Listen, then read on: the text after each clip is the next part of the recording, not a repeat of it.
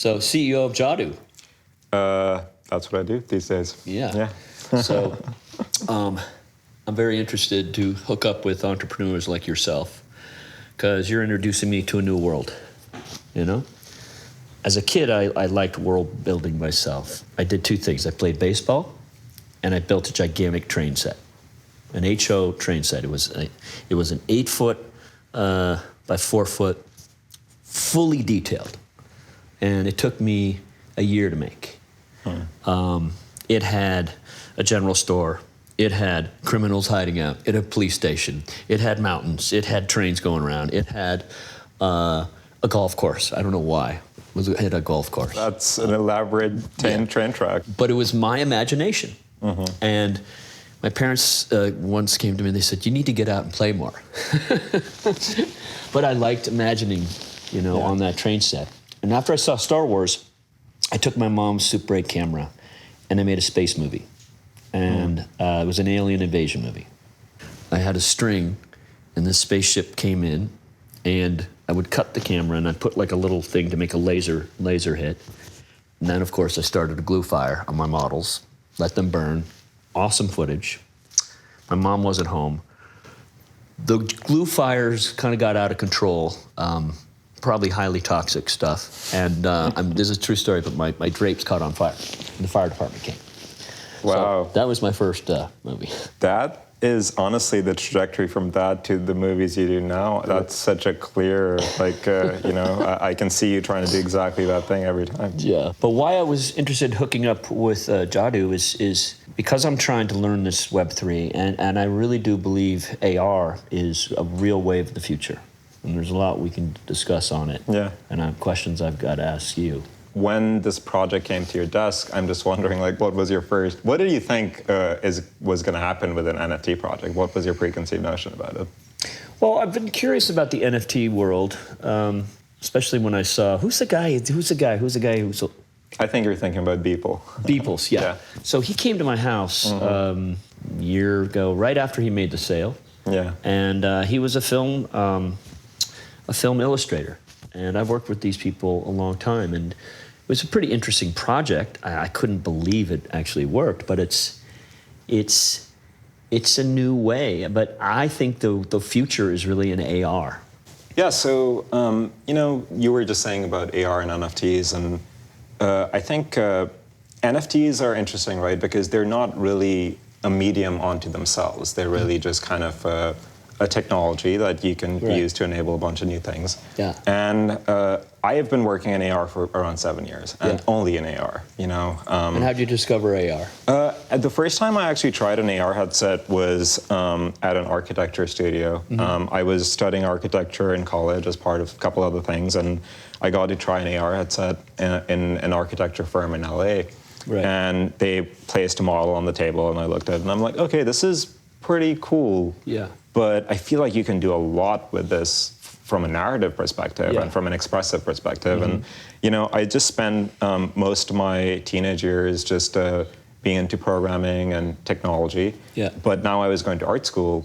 And what I was seeing was that a lot of my friends that were around me were not very interested in technology. Yeah.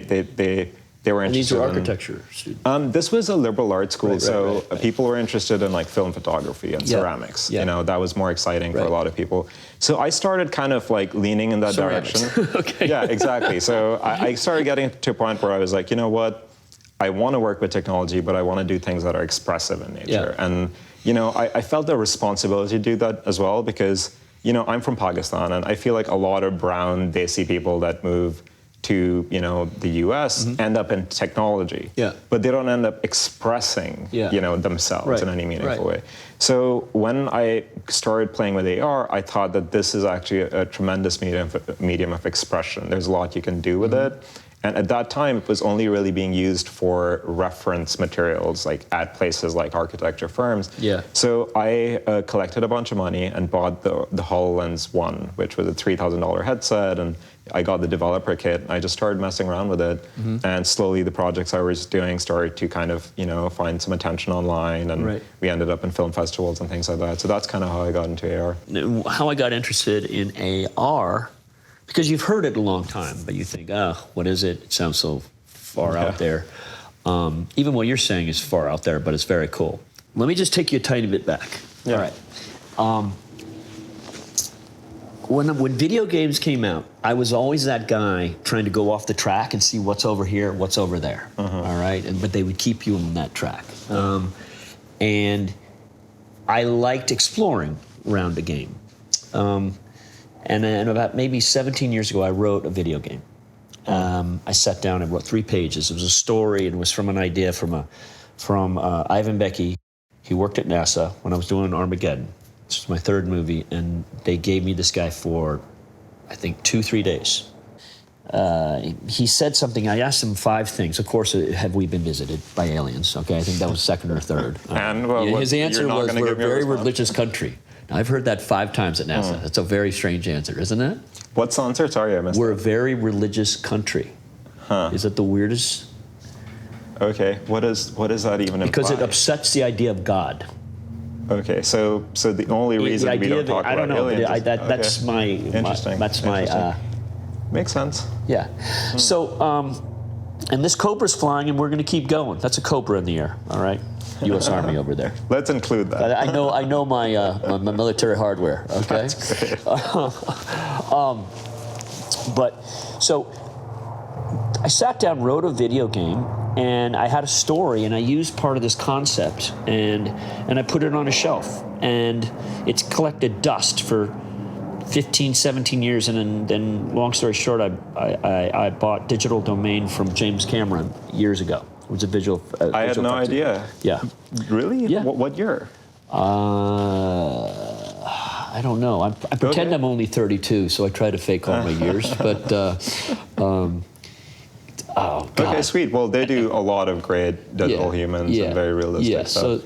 So we bought it, and then we brought some game people in, and someone from my office gave this concept to these guys that create Call of Duty and whatnot, and they go, oh, this is a great game thing, and they came to me, and I read it, and I'm like, oh, that's a cool concept. Who wrote it? They go, you wrote it. I'm like, oh my God, and then I thought it was a great movie. So it's actually now getting made. Okay. The movie's getting made. The game right now. Is this actually the Unreal thing you were showing me? Yes. So this is where it all... As we're creating the movie pitch idea to Sony Pictures that bought the movie, I was using Unreal with Rob Legato, who created Lion King and whatnot. He was a visual effects supervisor of Titanic. And we kind of hot-wired Unreal to make more film kind of imagery, okay? And how to make it like dolly moves and shaky stuff.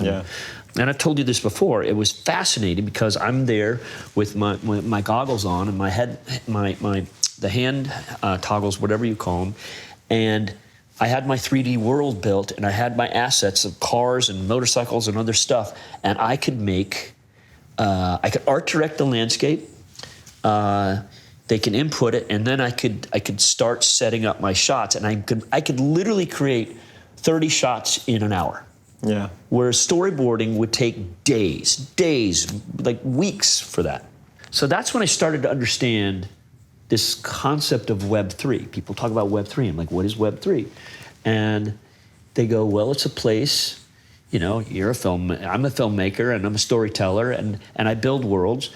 And it's a place where people can come into a world that I build, a 3D space that they can move into. I can give some story ideas, then they can help me change the story, and then I could change the story a little bit, and then they have to keep doing it so they can help me build the story. I think. Yeah, Am I correct? I think Web3 and Metaverse and all these are, at the end of the day, like kind of marketing terms, you know what I mean? Right. And like often when you give something a term, it starts to define some culture and a movement and the ethos around it. Right. But I think one of the things that I love about this space, which by the way, there are many things that I don't love, you know what I mean? Like I think often the art can be really cringy. There's a lot of scammy stuff. Like there are a lot of good reasons why a lot of normal, reasonable people are not interested. Yeah. But the opportunity at the same time is so significant. It's like the way I think of it is you get to build both economic systems and other forms of like community participation systems, and you get to iterate on them very quickly, rapid iteration, you know, and you can arrive at very new things with that. So what you just said is actually like a really core pillar of how we want to do things, which is world building in the past has been like you're world building for a film, right? Like it's the specific output that you're trying to achieve. Whereas the type of world building we're now interested in is how do you allow fan fiction itself to become part of the canon of the world, like the, you know, kind of the core of the world, without, you know, conflicting with each other, like without, you know, having, you know, contradictions all over the place in the story. Because if done well, I think that this is going to lead us to fictitious worlds that are actually insanely driven, where you have like stories that unfold on a cosmic level, on an atomic level, on every level. You know? So it's almost like you can go back to when I was a gamer and trying to go around the you know, the edges of the game, and they can explore this world that I create, and they can help me make the story. Is that? Yeah. I mean, so for example, right, with AVAs, right, like the way we think of this release is. We'll talk about your AVAs. Let's talk about the AVAs. Yeah. So I mean, you know, like. We wanted to build an avatar, because an avatar is, you know, like a character. It's an identity that you play in a world. We wanted to build this avatar collection where there are basically around 11,000 different robots, and they're all unique. And these elements are kind of same for most NFT collections, right? Like Bored Apes and CryptoPunks started kind of this movement of 10,000 avatars that are all unique. Now, how we're trying to do it is... But these Bored Apes, they can't participate in the world, right? Yeah, so they're trying to now build 3D models for all these characters and things like that. But yes, initially they were, you know, flat images. What we're interested in is more of the AR aspect of it. Because what's interesting with the AR aspect is it is a game world, but it's on top of the physical world. So the you know, kind of line gets blurred in a very interesting way. Like, so if you own, let's say, a hoverboard in Fortnite, right? Like you would say, I own a hoverboard in Fortnite. But when you own one of our hoverboards, you kind of psychologically say, I own a hoverboard. Like in no world, I just own a hoverboard here, you know? So it like psychologically does a really interesting thing.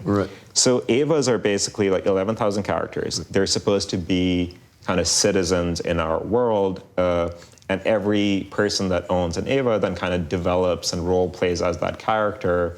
And in a weird way, they're all main characters, right? Like because they get to play themselves, but at the same time, they're like in a community. So certain main characters will also emerge, and like people will kind of have their own identity in that So way. how would they interact with each other? How would it work? I mean, how do you see it? So right now, you know, the way that most NFT communities interact, and how ours does as well, is actually like on Discord, or different online chat forums. And you know, we do a lot of town halls. People come together every 2 weeks, and we do real life events and things like that.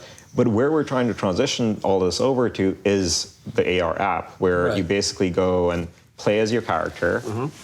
You see it in your own world. You complete different tasks and missions with it, and then you unlock actual like game items that are also then NFTs and kind of end up having their own. And how would two AVAs communicate? Or is that possible? Yeah. So basically, you know, one of the factors that we're really interested in, that we're doing a lot of R&D work on right now, is this idea of remote multiplayer in AR. Which basically what that means is that I could be in my house, you could be here, and we could both scan a flat surface in our respective spaces and put our AVA there, but also see each other's respective AVAs together.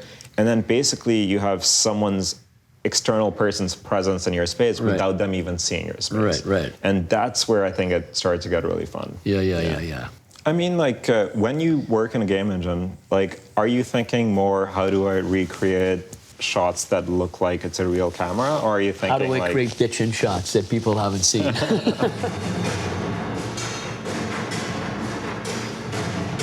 So I can mount cameras. It's literally, I put the thing roughly where I want it.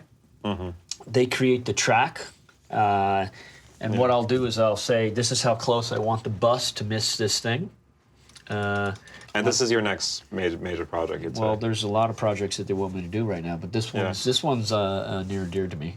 What do you think about this kind of game-movie combo that is both things? Well, here's the thing: the game, the game has a story. And when I read the game that I wrote and I forgot about it, I'm like, this could be a really cool movie. I mean, I feel like so many video games are based on things that also have other ways of expressing, right? Like you would play a lot of WWE video games that's obviously based on the actual franchise. Sports are like that. So I think having a movie and a video game that kind of go together like that's really cool. Yeah. So we've heard about AR, and a friend of mine in Miami came to the house and showed me these glasses. They look like Tom Ford glasses. Yeah. And what they had is just off your phone, I saw Avatar, the movie. But it was like crystal clear. I could still see furniture, but it was right out there. How was the field of view? Like, could you see the whole screen, field of view basically? right now is here, and they say it's going to be there, which is pretty amazing. Okay, but that's when he because it was in lock and key, this thing. All right, people have tried to buy this company and whatnot. It's coming up later than all the other headsets, but it's light and it's off your phone, but it's GPS geolocated. Okay, they don't have a lot of stuff to go through it, but I'm like, when he took it out, he goes, "This is going to be the new iPhone," and you can totally. I got it when I saw it. You know, you can have games. You can have. It could be so fun because it's got a little LiDAR thing that can scan the room, and it just.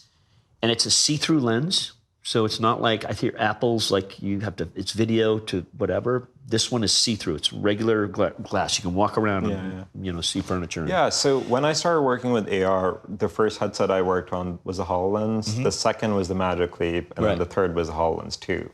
And all these three headsets were, they had their own computing, they had their own OS, and they had very sophisticated array of sensors to get the job done. Yeah. And they're exactly how you were describing, transparent glasses, and you kind of have your the AR content is projected onto your space, all that kind of stuff. And when I started working with those things, I swore to myself, I'm never going to touch mobile AR again. I was like, never going to make AR on mobile phones. Like, this is definitely the future. And, Why did you say it was the future? Because that's what I said to myself. Because, immediately, like, you want to engage with the virtual world in a physical way, the way you do with the physical world. You want to have a sense of space.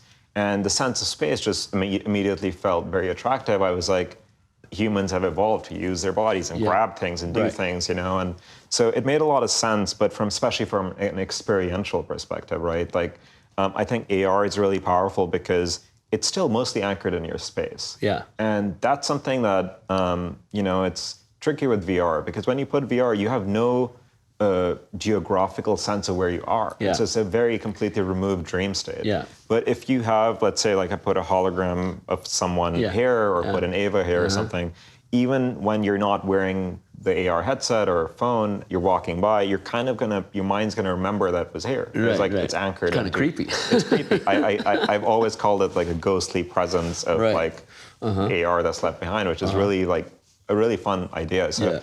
A lot of the work we were doing was like that, but really, like, the reason we are now doing mobile AR is because I came to learn that in order to develop a new medium of storytelling, you need an audience. Yeah. And as much as I love these headsets, they don't have an audience. Yeah. And that's why VR never really caught. Same with VR, exactly. Yeah. Like, whenever I'm in VR, I'm like, why don't I do this more often? But then I don't do it more often. Yeah. So I think that AR with mobile phones actually has a lot of untapped potential right now, because the sensors and the LiDAR, it's gotten really good over the last 2 or 3 years. Yeah. The types of things we can do now, we weren't able to do 3 years ago. So, and do people know what LiDAR is? They have the military technology that would literally, we use it in visual effects, whatnot. You could literally, it's like laser, it just scans the room, it gets every little dimple, wrinkle of the cloth, whatnot. So. Totally, yeah. In our case, it's basically like you have surface detection that's good enough that your AVA could jump on the couch and off the table, like in a realistic enough way, So yeah, I think we're at a point now where actually mobile phones can do a lot with AR. And I think that a mistake that people have made is people have kind of treated AR as a medium that requires like high frequency things, like how mobile games like are kind of their business models are you're always sitting and playing. That's how they make money. They show you a bunch of ads. Yeah. In our case, we're treating AR as this like holy thing that you don't need to be in AR all the time. But when you have this 5-minute experience in AR, it's so magical and captivating that it allows you to kind of create this imagined value around assets. What's magical about it? What do you think? What do you envision it? So, you know, like as some This of the is me things... interviewing you now. I mean, I think, you know, like I've honestly been learning a lot from all our conversations we've been having. That's why I thought this was a good format, you know? Yeah. But yeah, like what I like about AR the most is exactly like that sense of presence you can create for something foreign in your space, and how you can kind of look at your space differently after you've had this experience. So imagine like an immersive experience you're doing in your bedroom in which, let's say, like a ghost is hiding under your bed or something, or something comes out of the wall, or you know, all those kinds of moments end up actually feeling very impactful because they change your perception of your intimate space. You know, like a movie is still removed from reality. It's like you're kind of going into this new world, versus with AR, we're messing with your reality. Yeah. And that's, just imagine how powerful that concept is. Like imagine a platform on scale that is millions of people all across the world that believe in these invisible things they're seeing on top of the physical planet. There's so many fun games that I've already come up with the game guys I'm working with right now. I'm not going to tell you what they are, but it's really, it's definitely a whole new kind of medium, you know? Yeah. That's why, so that's why I got involved with JADU. Honestly, you know? It's, you know, like we learn, basically. And vice versa, you know, like I kind of had a weird career trajectory where all I cared about was AR. But then because we were showing stuff at film festivals, because that's the only place that would have us, you know, like I kind of like was, you know, starting to use film terms more. Like directing something or being on set for something. And then I kind of shifted, and now I'm like CEO of a tech company. It's a very different identity, kind of Zoom. Yeah. So, you know, when we were kind of thinking, like, who do we work with on AVAs? And, you know, obviously, like, you created, basically, you were a key part of the largest robot IP in pop culture. Well, you know, so Steven, when he called me, he goes, "I'd like you to do Transformers." And then I'm like, I remember I was in the edit room, and I go, "Okay, all right." And I hung up, and I'm like, "That's a bad idea." I've told Steven, I'm friends with Steven, I'm like, "That's a bad idea." But I went to Hasbro. I'm like, "Okay, I'm going to go to Transformer School." And I remember looking at this 20 people showing you and telling you the lore, and I was very interested in the lore and the origin, and but it's that idea of movies, that robot had to be so real. This is how you get emotion from robots. They have to emote. And I'll show you some footage in a second. Yeah, I mean, like when we were kind of discussing AVA design, that was kind of the first thing you said was like, how do we get the eyes to emote? Because eyes, like the different, even the shape of the eyes give you different emotions. I think obviously the approach we ended up taking up is kind of the exact opposite, because it is very animated and kind of like icon-like almost. Right. No, but it's cool. It's that weirdly Japanese kind of thing. There was some imagery that you had that I really liked. You saw Blink, which was one of our... Yeah, I like that one. That's good. No, I think a lot of people like Blink. We designed it to be our most common one, actually. Really? Yeah. Because that was the one I used on the thing. I said, I like this one. Exactly. Everyone seems to love Blink. It's great. Why do you think? Because it's got attitude. Yeah, I think, and that was kind of the thing we were trying to capture as well, right? Like with just they're just icons, but you're not going to see the face most of the time, because when you're playing in AR, you're getting the backside. Yeah. So when you do see the face, you want it to be very like immediately punchy and expressive. That makes sense. You see, I did not know that. That's what you're teaching me. I mean, so one thing we're doing with the Bay AVAs, though, right? Like the special edition AVAs, like what we discussed was, instead of having faces, we are actually adding grills. You know, so they're going to have more like moss, and that kind of brings more focus on the eyes almost. Like I think it makes them even more intense. I'll show you some robots where we took Sean Connery's face. All right, we took Leonard Nimoy's face. Yeah, and then I'll show you a couple. How do you translate that into? You take their face and you figure out the certain features and you slightly put it in to their mannerisms. All right. Yeah. You know, when you study videos of them, Leonard Nimoy's actually he married into the Bay family. Oh, really? Yeah, he was a cousin of mine. He was a great guy, and I put him as one of the characters in Transformers 3. All right. So this is Leonard Nimoy's face, who married Susan Bay. So you can see part of his face. You see your mic in there. You didn't betray me. You betrayed yourself. No, Optimus!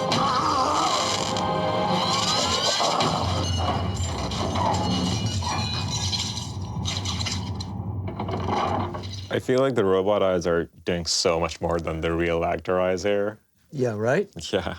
You know, me getting into visual effects, when I did Pearl Harbor, we helped change the game, okay? Because it's all about light, okay? Yeah. People watch visual effects and go, well, something's wrong. It's because people see, like I'm seeing the light on your hair right now, because we live in a world of light. We see the little pings and whatever, and it looks real to us. Yeah. So they miss those little pings when you're seeing CG. And I would give dissertations at ILM. Literally, we'd walk out in a parking lot. Look at the cars. Let's just look at all the light on the cars. Look how little reflections are hitting. And so we invented all this this new technology where you would get 10,000 different light pieces of Optimus Prime. Okay, who is made of 10,000 parts, but you would put shiny boards around it, and it's just the way it would hit the metal and hit the something that's rusted or frayed. It looks different. That's insane. And so it's when it came out, it really helped change the game because they were the first full metal that was that had all this light, interactive light that moved around. It's honestly so that changed the game. That's the thing with some of the movie CGI stuff. I feel like it's reached such heights at this point as what you just described. Because it looks pastel. It looks like a cartoon. Yeah. No, I mean, the game engine stuff that we are doing is nowhere even close to that level of detail. Yeah, you know what I mean? Like, it takes so even comprehending what we've built so far, we're just like, you know, polygons and textures and materials is already so much to take in. So to imagine every single light hitting every single rusty bit. That was literally one of the first questions I asked your designers when I was helping out on your AVAs. So it's like, because you already have a base of a model, and I said, how heavy can the models be? Because they can't be that heavy. That'd be light because they've got to move around. I mean, for us, like, having them work in AR is the most key element. Yeah. So I'm just here to try to. I'm living in your world, you know what I'm saying? Yeah, and like, honestly, just helping with your design and your design team, and it's been fun. I've been learning a lot about this metaverse. I don't even know if I like that word. I don't. Right? Yeah, my mom asked me, "What is a metaverse?" And I'm like, "Mom, I don't know."